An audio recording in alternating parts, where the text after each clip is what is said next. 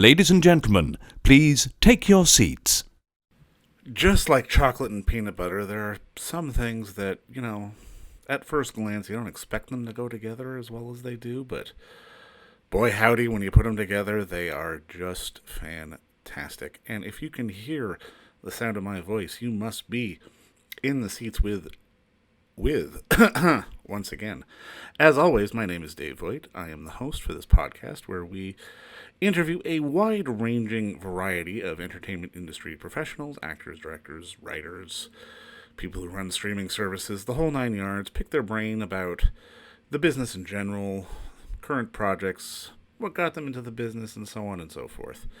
You can find these podcasts, as always, on Apple, on Spotify, and you can find the entire archive over at YouTube. And please don't forget to follow us on social media at either at In the Seats or at It's Podcast One for all updates over on Facebook, Twitter, and Instagram. And as always, please don't forget to visit us over at In the Seats, intheseats.ca for all the latest and greatest interviews, movie reviews, festival coverage, event coverage, and all sorts of fun stuff that we get up to over there. On today's episode, we are talking with one Evan Morgan, the writer and director of The Kid Detective. If you heard our previous podcast with the stars of the Kid Detective, you already know how much we love this movie. It is a perfect blend of crime procedural, but sort of borderline Nickelodeon kid whimsy all at the same time, and it makes for such an interesting mix. And I got to talk with writer-director Evan Morgan about the entire process of, making the movie, what sort of sparked the idea, casting, and the process of getting it done and releasing it now, and what got him into the business in the first place, and what kind of movies sort of get him going, because this is really a movie done by a movie lover, and it comes through so amazingly well. And I hope you enjoy this talk, because I know I did. But I mean, obviously, first off, thank you for the time today. I really appreciate it. Oh, my pleasure. Now, I mean, I love the movie. I absolutely adored the movie because it's it's very true to the procedural form, but it's got this real sense of whimsy and charm to it at the same time. Can you walk me through the origin of the story on your end? The origin of the story was something I conceived of as a short film, but for a character that was actually still a child. And this was when I was in film school. And I just like the idea of like an Encyclopedia Brown style detective solving really grisly crimes. So I just thought that there was something interesting about that premise already. And it wasn't until after I connected with Adam and started chatting with him about potentially doing something together that I went through my old list of ideas and saw an opportunity to redress that for him. And at that point, it became really exciting to me because there was this whole, new sense of irony that, it assumed that imagining the former kid detective as an adult, it implies, this whimsical universe, because we know that that's where Encyclopedia Brown, Nancy Drew, those types of stories are set. They're always in the same kind of like utopic, small town where everybody knows everybody, and the mailman comes with a smile and that type of environment. And the fact that we were going to deal with this character, as a grown-up, allowed me to imagine the darker shadow version of that reality. What does that town look like after it's been, turned upside down and deprived of its whimsy, and something dark and terrible has happened, and as a result, neighbors no longer trust one another. And yet it's still the same idiosyncratic place that we're used to, reading about in those books or at the beginning of our film. It's just the darker version. Now, I mean, when you're writing something like that, how do you sort of straddle the line? Because, I mean, there are, like you say, there are dark elements, but there's also not dark elements. And it's really one of those things that it's kind of managing to play in both worlds simultaneously. And I've got to imagine it could have been very easy to slip one way or the other while putting it all together. Well, I think that the very idea implied both a kind of comedic approach and a dramatic, darker approach as well, in the sense that, the central irony is amusing. It's funny. It's a spin on an iconic character. At the same time, it's a sad spin. It's like, it's a painful spin. It's a very kind of burdened psyche, to inhabit when sort of like writing or watching this story. And so as far as like the balance of darker elements and lighter elements, I think that, I always knew in order for the character to finally come of age and grow up, he was going to have to confront something that was harrowing, something that real detectives, might not blink at, but for someone like him, it's earth shattering. And as a result, it was about earning that destination throughout the film. It was about a comedy that continues to remind the audience real things can still happen here. The stakes are real, even if the environment is a bit elevated and obviously governed by a comic logic a lot of the time. And so really it was just about remaining sensitive to any opportunity to remind people that, oh, the stakes are real, there are consequences in this world, while continuing to keep the comedy clicking. And it begins in the flashback sequence. We sort of have joke, and then a 13-year-old, 14-year-old girl gets kidnapped. And so that became the established rhythm of the movie, where there's joke scene, and then we remind you for a moment. So a boy was murdered, a teenage boy was murdered. He had parents, he had people who cared about him. And the idea is to, keep the comedy as the sort of propelling agent, or the propellant force rather. But understand that in order for this story to resolve itself, this character has to undergo something, has to experience something, confront something that's sinister, that's dark, that shakes him and liberates him from his selfishness. How do we earn it? Yeah. So that's a kind of long answer to your short question, but hopefully it, it lays it out in terms of the process of writing and then directing and editing the movie. Oh no, for sure. And I mean, it's one of those things because obviously Adam is a great choice just as this, man who is sort of stuck in a younger version of himself and not being able to have the sort of cathartic moment to sort of be able to push past it. But at the same time, Sophie is the polar opposite of that, of this younger character who has already been through that catharsis and is the older character, and they really play off each other supremely well. And I'm curious because they always say a big part of the job is casting. How did you ultimately decide on this pairing, and because it works so well? Yeah, their pairing, I couldn't like. It is a little miracle in the movie how well they work together, and how perfectly those performances complement one another, and avoid any feeling of it being, strange or creepy for an adult man to have this counterpart who's a teenage girl and they're solving the case together. I think it's remarkable, really, what they were able to do together in terms of those relationships. I got really lucky with this in the sense that this project began with Adam, was written for him. And so that was always, a fail-safe for me, was just knowing who the lead was going to be and trusting his instinct and his voice, And as far as Sophie, again, it was just another, just incredible sort of like piece of good fortune where we attached her to the project about 4 years ago, I think, when, and we were still in trying to get the film financed, and it took us a few more years to actually get it done. And then when it was, ready to go, it just so happens that our producer, Will, has a very, positive working relationship with Sophie. They've done 3 movies together, and, it was very easy to invite her back into the process. And again, it was not so much a process of me, certainly not auditioning them, and certainly not, auditioning those characters. It was just, I got super lucky in terms of my creative relationship with Adam, and in terms of discovering Sophie. And it was in the early days of trying to get it financed that someone was saying, "Have you heard of Sophie Nélisse?" And I had. I was a huge fan of her film Monsieur Lazare, and I'd seen The Book Thief, and I just thought that she was an incredibly, authentic performer and just so well suited to this particular role. And we got in touch with her quickly, shared her the script, and she identified with it and identified with the tone of the story. So everything seemed to be aligning. And then it took us another 3 years to finance, but thankfully both of them neither of them really grew out of the role. If anything, Sophie was at a better age for it, and Adam is in a state of suspended age. So it's like it worked out really well. How much time did you get with them before you started shooting? Because I mean, like I was saying, it's funny, but it avoids being campy. And especially when you see the title, you can think your brain can go to it being campy, but it's really not a campy comedy at all. It's a very smart and intelligent comedy. But it, like you say, with these darker elements that it straddles the line. How much time do you get to work with them to be able to sort of get the pairing right? Well, we didn't have a lot of time prior to shooting.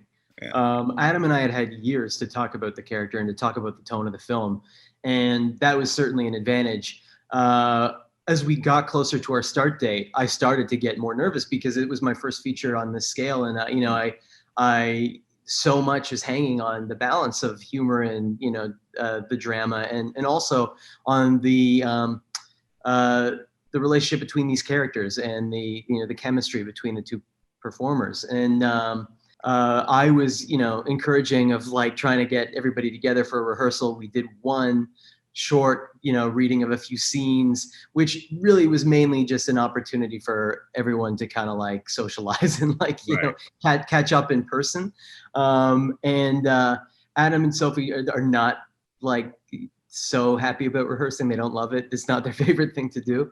And they were happy to oblige me because they just knew that, I wanted to be as prepared as we possibly could. But a lot of it was felt out on set and on the first day. And a lot of it was there already, just sort of waiting, like in terms of what you're describing, the kind of the way they work together, that was just ready-made. It just existed before we even turned the camera on, like that. It was just an incredibly fortunate discovery that those two just were able to kind of complement one another the way that they do. And as far as like the campy potential, I mean, that was something I was very, very sensitive to because of where the story goes. Again, because I knew that we were driving it to a darker and more dramatic place and a much more exposed and vulnerable place. I wanted to make sure that we were landing jokes, but not at the expense of the reality of the characters. And this was something that actually Adam and I had a bit of a tug of war on, because my instinct was, play it smaller. We can't allow it to feel like it's, ever going to become too large, too campy, because of where we have to take the story and where we're taking your character. And for him, he was like, I hear all of that, but if it doesn't live as a comedy, then, the rest doesn't even matter. Like the film has to work as a comedy. And so in those early days, he was maybe a little wary of me, like toning him down too much. And I was just very concerned about like, getting everyone on exactly the right frequency so that we could make the humor work, but also earn this dramatic conclusion. And thankfully, that tension ultimately led to us finding the right space for the film, which is, ultimately the solution on set was Adam would have like the first few takes at every, on every lens. And then I would start to come in with like more granular notes and sort of turning like the, I guess like the decibel of it down a little bit so that I knew that I had my kind of bases covered. And in the edit, we went through different iterations where the first cut was the one that I would, had always imagined, whereas like there was never a wink at the camera. Everything was always very played super, super straight.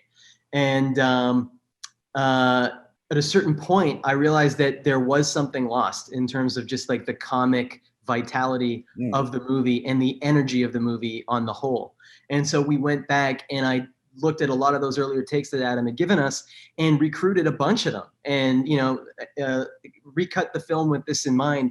And in doing so found what, he and I now feel is like the sort of satisfying middle ground, like the place where both of us are really, really happy and where we get everything, where we get to, relish the sort of more, the sillier scenes and moments and turns in the story, but without forsaking, the central reality of the characters, and it was definitely the toughest thing for sure in terms of directing the movie, in terms of the edit. That was the hardest part. Is there anything you learned about yourself on this? Because, like you say, it is a jump in scale, but I mean, as you also just said, I mean, the film is really incredibly complex on so many different levels, sort of emotionally, comedically. With this being like sort of your first big step up feature wise, is there anything you kind of learned about yourself during this entire process?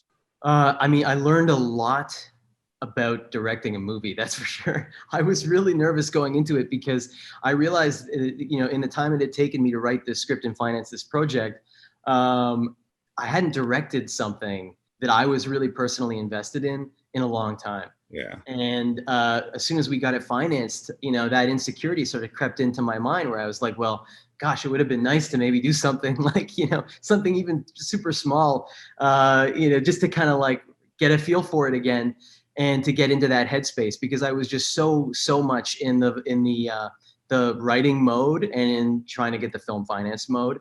Um, and and so there were just a lot of things that I learned. This anecdote about the tonal balance of the film being one of them, where it's like on my next movie, I'm gonna know to get a range of options, to like get a take that is more elevated, a take that is more grounded, to let an actor have take all to themselves. And I think that with this one, because I felt like I had so much at stake personally, I worked on it for so long, I approached it so specifically. I was searching for such a specific style, such a specific type of performance, often very specific deliveries of lines. And I think that, going into another one, having been through this and having been through the edit, I think like I'll probably have just like a softer grip and probably just look for more opportunity to play. And again, that with this, if we'd had more time, if our schedule had been less ambitious, then I probably would have played around a lot more with this one too. But it was a very ambitious schedule. So I would say like that is one of the things I learned. And as far as learning things about myself, I guess I was worried that I would, freeze up, that, I would step onto the set and just feel maybe too overwhelmed, and allow kind of like the process of trying to finance a film. You're always waiting for something to slide out of place, for something to give way and for it to not happen. And you're worried about every little thing you could possibly worry about, whether it's casting or whether it's, the prep that you're doing with your department heads, or just, hoping that the shoot is actually going to happen. And it was an anxious process, preceding what I expected was going to be an even more anxious process in terms of actually making and shooting the film. What surprised me, I suppose, about myself was just how natural it became and how quickly it felt, just, just like making a short film, like where, as large as it seemed in my head, actually stepping onto the set and stepping in front of the monitor and seeing, what the actors were doing and then playing around with that stuff.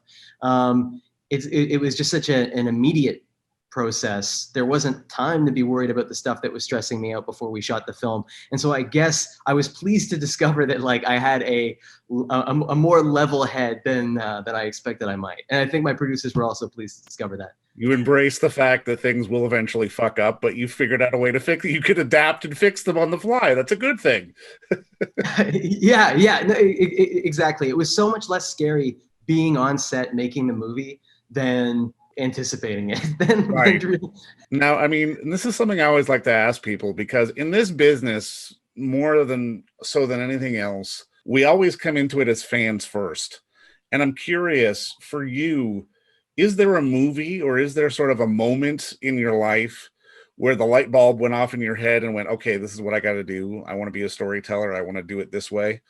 Yeah, there definitely is. And I can pinpoint it very specifically to when I went to go see The Truman Show on its opening night back in 1998 with my family. I was a huge Jim Carrey fan and had been ever since Ace Ventura. I was just so like enamored with his energy and just thought he was the funniest person alive. I was really excited when I heard he was doing a dramatic role for the first time.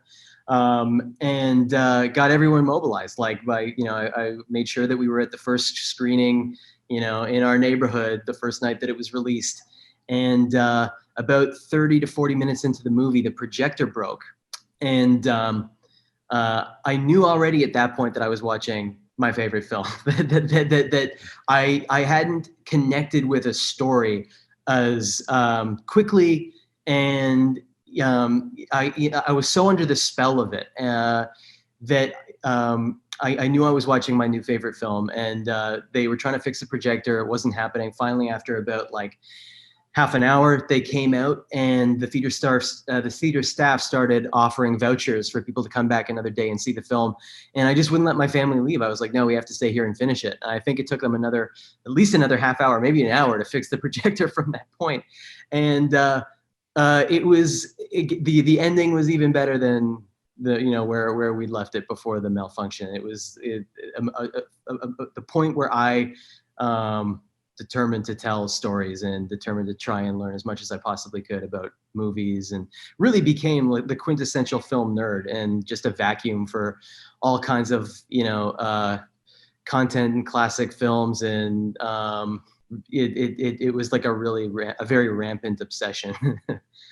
When you're putting something like Kid Detective together, because I mean, I was so struck by the characters, and I'm kind of curious, for you, is it the characters? Is it the visuals? Is it sort of the marriage of the two? What is it that kind of gets you going, especially in the early stages when you're putting something together? With this one, and I think it's probably true of anything else that I've done, but with this one, it was for sure the character.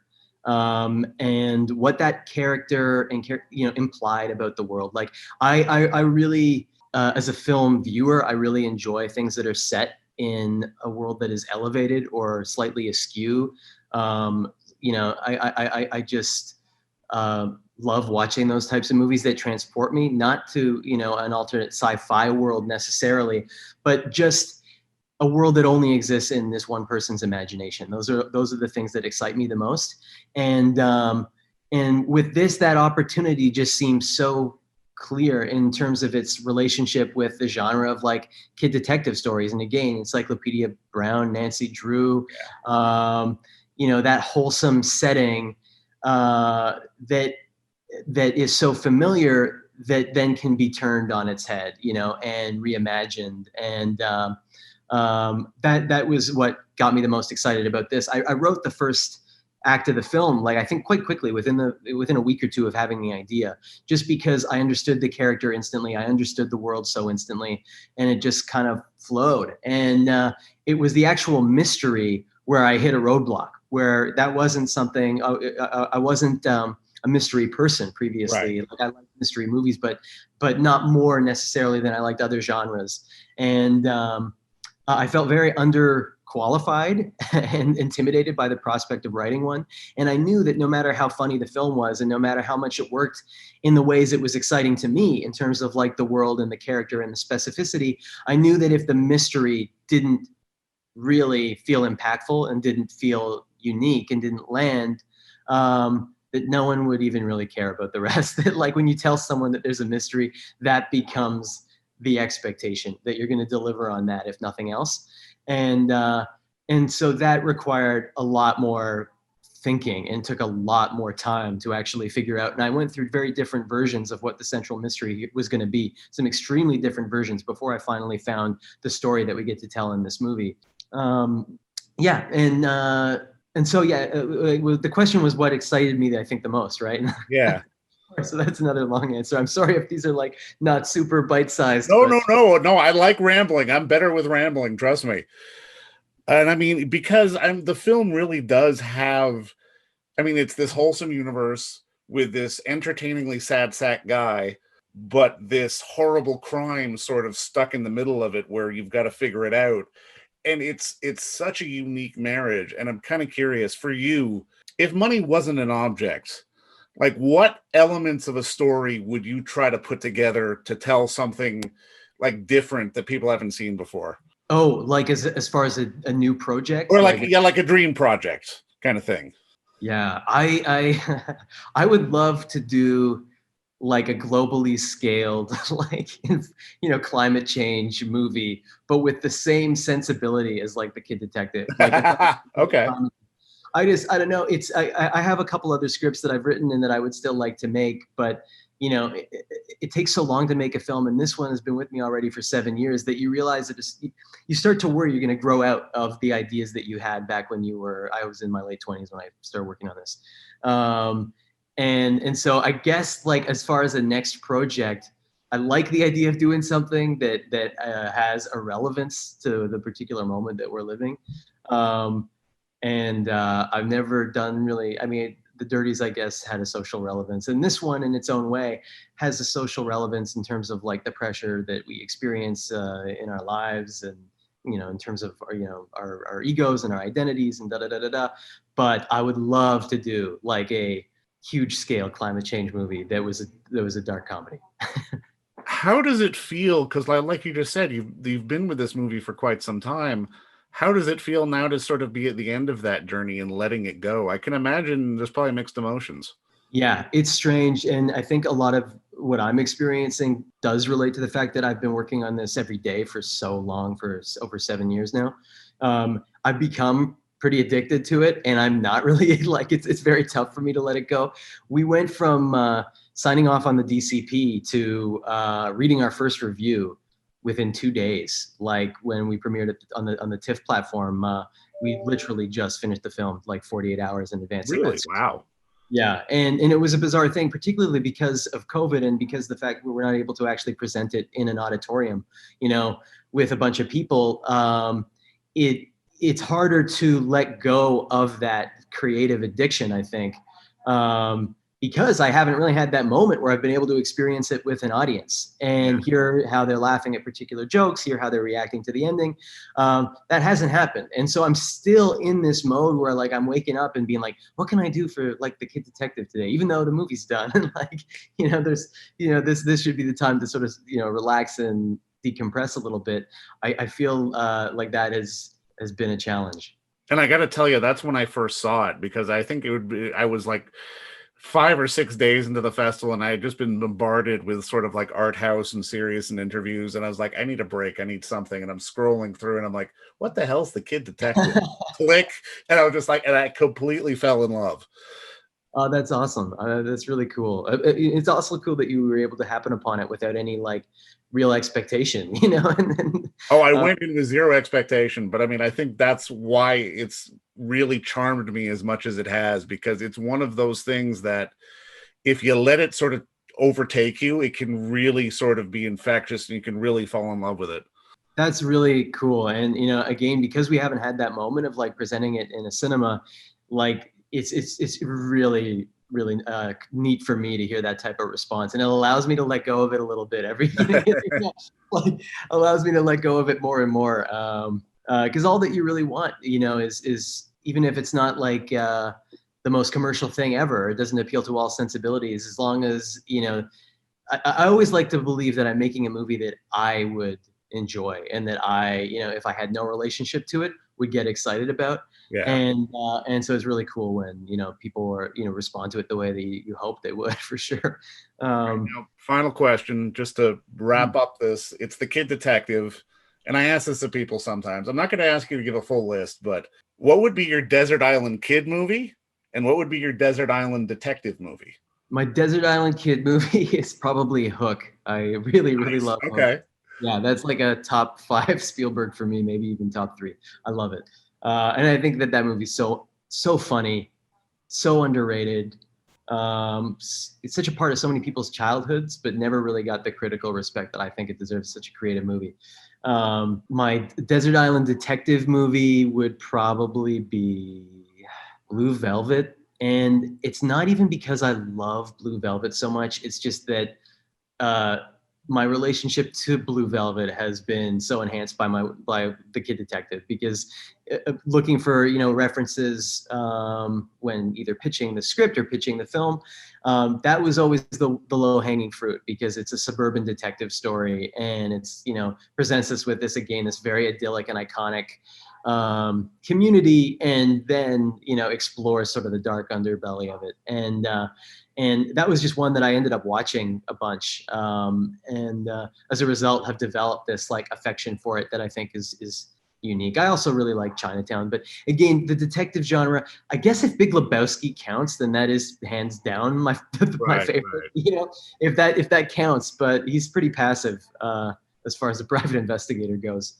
But you know what? I think that's why I really love The Kid Detective, because you can draw a line from The Kid Detective to Blue Velvet and it makes sense. And I think that's the magic of the movie. And I just want to say thank you again for the time, man, and good luck. And thank you again for the film.